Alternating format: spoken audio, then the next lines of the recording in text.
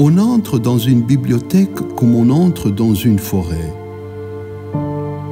Des rangées de livres laissent l'impression d'un certain ordre, tout comme des rangées d'arbres, mais vous ne savez pas encore ce qu'est cet ordre. Quelqu'un a placé là des livres selon une certaine méthode, une méthode qui n'existe que dans sa tête. Une bibliothèque privée est donc une autobiographie de son lecteur, de ses goûts, ses préjugés, ses expériences, ses désirs.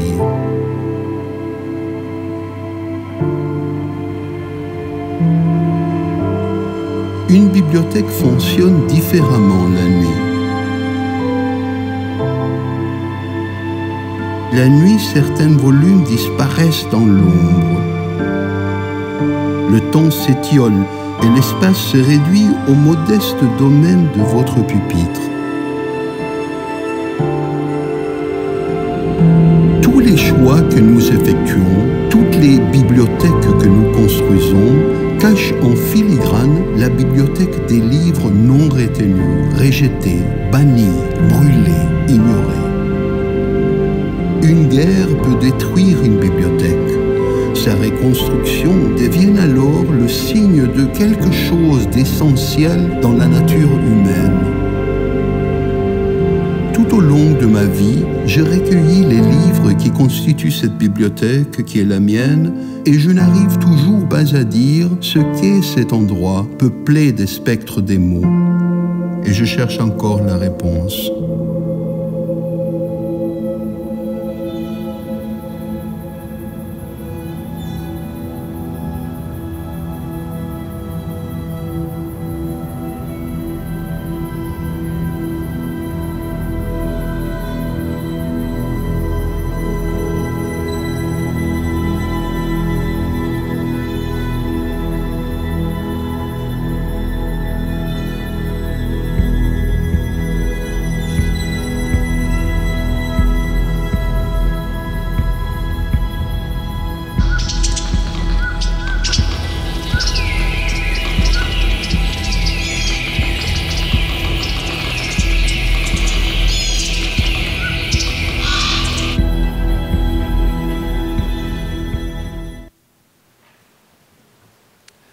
Bonjour, mon nom c'est Dalibert-Thiaume. Je travaille chez Ex Machina, une compagnie de Québec du secteur culturel.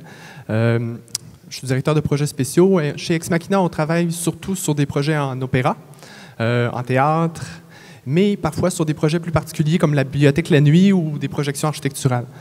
Notre objectif, la plupart du temps, c'est que la technologie serve l'histoire. Bonjour, mon nom est Jean-François Tremblay de Frima Studio. Frima Studio est une compagnie de Québec spécialisée en divertissement transmédia. On travaille sur toutes les plateformes, qu'on parle d'animation, de long métrage, de VFX, de jeux vidéo sur toutes les plateformes et ainsi de suite, AR, VR, comme on va discuter aujourd'hui. La bibliothèque la nuit, c'est notre premier projet en réalité virtuelle. On a débuté ce projet autour des années 2014. À l'époque, on cherchait un partenaire technologique. On a participé à quelques missions en Californie pour trouver le bon partenaire. Finalement, il était juste à côté de nous, c'est-à-dire à Québec même. Par hasard, on a rencontré Frima pour le partenariat. Frima est une entreprise audacieuse qui a décidé d'embarquer dans l'histoire de la bibliothèque la nuit avec nous. La bibliothèque la nuit est une exposition en réalité virtuelle qui a été faite pour commémorer le 10e anniversaire de la Grande Bibliothèque à Montréal. Nous, notre objectif, c'était pas de « bon, on va conquérir tel marché » ou quoi que ce soit. C'était parce qu'on voulait tout simplement faire une commémoration. Mais par l'effet des choses, on est allé dans une niche dans laquelle les autres joueurs en réalité virtuelle vont moins. Un peu Blue Ocean Strategy. Ce qui distingue la bibliothèque la nuit d'une autre exposition en réalité virtuelle, c'est un peu le facteur immersif, l'expérience collective qu'on veut voir. On la voit bien dans le vidéo. La première salle dans laquelle on entre s'appelle, c'est une réplique exacte de la bibliothèque d'Alberto Mengel. On appelle ça la salle de contamination. Ça nous permet de nous acclimater à la réalité virtuelle. C'est un peu ça nous permet de mettre le casque et de faire le passage du réel vers le virtuel. Ce qu'on a aussi à essayer d'exploiter dans cette exposition-là, c'est un peu d'utiliser la technologie de façon différente en explorant 10 bibliothèques dans le monde. Oui, puis ce qui nous a amené là aussi, c'est le goût du risque. N'oubliez pas qu'on a commencé ce début-là à la fin de 2014. Donc, le projet était dans les premiers projets de cette envergure-là à être fait en VR. Et nous, étant donné qu'on faisait beaucoup de technologie chez nous, beaucoup de R&D, on avait déjà commencé à plancher là-dessus, même en 2013. Donc, c'était un match parfait pour nous d'allier la technologie et d'allier notre capacité de fabrication qu'on avait à l'interne en effet visuel. Au niveau de la création de valeur, la première diffusion de la bibliothèque la nuit a eu lieu à la Grande Bibliothèque à Montréal. On a constaté un taux d'occupation de près de 83 %. Il faut savoir que l'utilisation du casque de réalité virtuelle impose une recharge du casque, un nettoyage. Donc, on a atteint 45 000 visiteurs sur toute la durée de l'exposition à Montréal. On avait un maximum de 210 visiteurs par jour, donc d'où le chiffre de 83 %. Par la suite, pour la deuxième diffusion, qui a lieu à Québec en ce moment, on assiste aussi à une augmentation de l'achalandage par rapport aux années précédentes. On compare l'exposition, la bibliothèque la nuit, avec une exposition plus technologique versus les expositions traditionnelles d'un musée. On sait aussi qu'il y a des indices qui nous disent qu'il y a des gens qui viennent de l'extérieur spécifiquement pour cette exposition-là.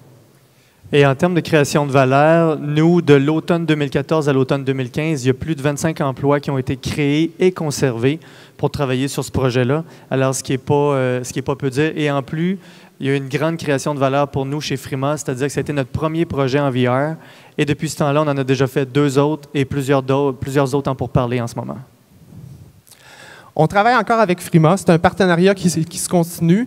Nous, on désire... Ah, j'oubliais une information confidentielle. J'espère que vous allez garder ça pour vous, mais on sait que... Il n'y a plus personne ici. Non, c'est bien.